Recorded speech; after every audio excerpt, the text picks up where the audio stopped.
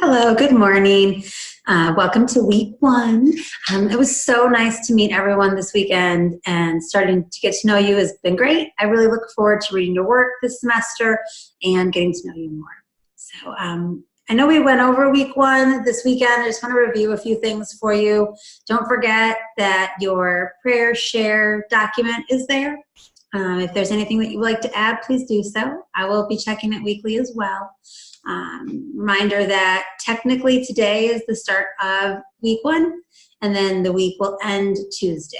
However, please remember that every discussion board really requires you to respond to 2 peers.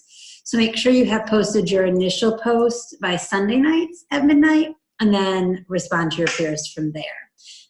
It is helpful, even if it's just one of the met, not met, to respond to your peers, because sometimes you have advice that you can give. That would be great. So we will be looking for that. It says don't forget to look in all folders. I'm actually going to go in and delete that, because this weekend I went ahead and moved your discussion boards all onto this front page so that it would be easier to find them. So I will get rid of that part of it. All right, so then if we go down here, your readings this week, you have your Data Enhanced Leadership, which is the small yellow book. You have chapters 1 through 3. The main idea behind these chapters is how you can get collaborative inquiry around your data. It talks a lot about alignment in there and using that data effectively, not just saying, well, here's a score and here's what we do with it. So really getting everybody involved in that discussion. Research design, which is your Creswell text. I know mine looks different than yours, but it's the Creswell text, and you have chapter 1 and 9. 1 is going to give you some background on different types of methods. So not just mixed methods, qualitative and quantitative, but even within those, different ways to approach the methods. And then chapter 9 will be a little bit more focused on qualitative design, and hopefully you'll see some of what we talked about this weekend come through in that reading, and it'll start to make some more sense. Your statistics in plain English is going to do the same. It's going to review the terms that Dr. Porter went over this weekend with you, and hopefully, again, some of the things will start to click for you. There are some useful sites that we have included here. If something in the readings does not make sense, you may be wanting to look at these sites. Remember to make sure your evidence videos have been viewed. We did give you time in class to do that, and most of you seemed like you had your questions answered, but if not, please feel free to view those videos again. The updates and the initial questions are not required, as we did see each other this weekend. But as always, you're welcome to post there.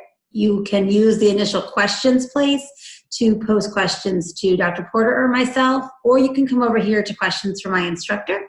And if you post there, we will respond to you as well. And you'll have your post for the week. So there are 4 posts.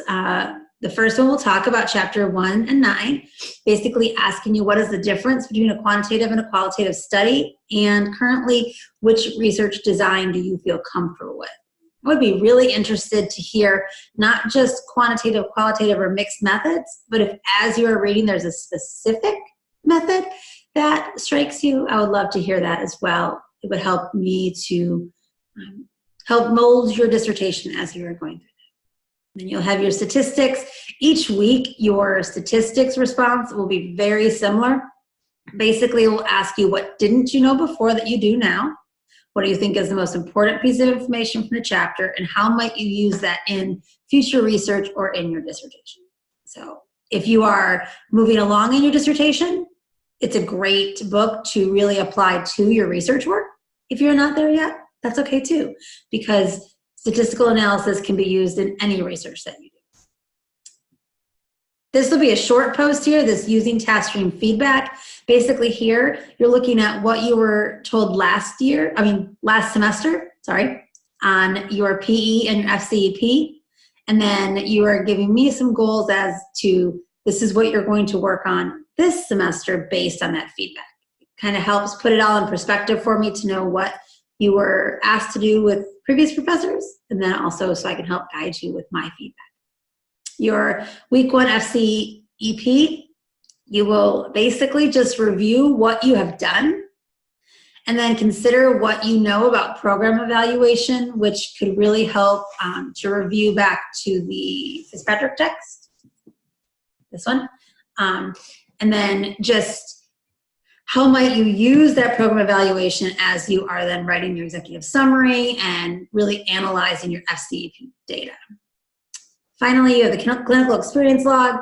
Remember, we talked about this weekend. Your clinical experience log is just going to be a place where you will keep up with what you did throughout your clinical experience. So what collaboration did you have for the FCEP? What did you do for the PE? Remember, both of them can go on one collaboration log.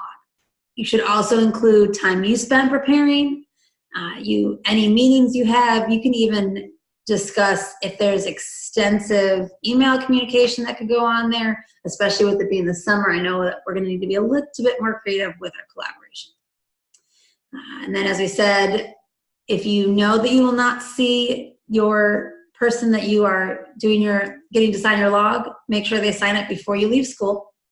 And then at the end of the semester, just get a email communication that will serve as the signature.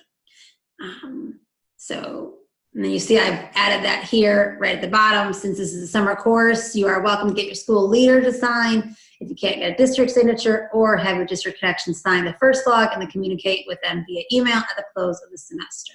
So if you have any questions about any of this, please, please, please do not hesitate to contact me. You can text me. Again, my number is 704-796-1515, or you can email me, or you can put your questions either in the initial questions or in the questions for my instructor. All right, have a great week, and I will talk to you soon.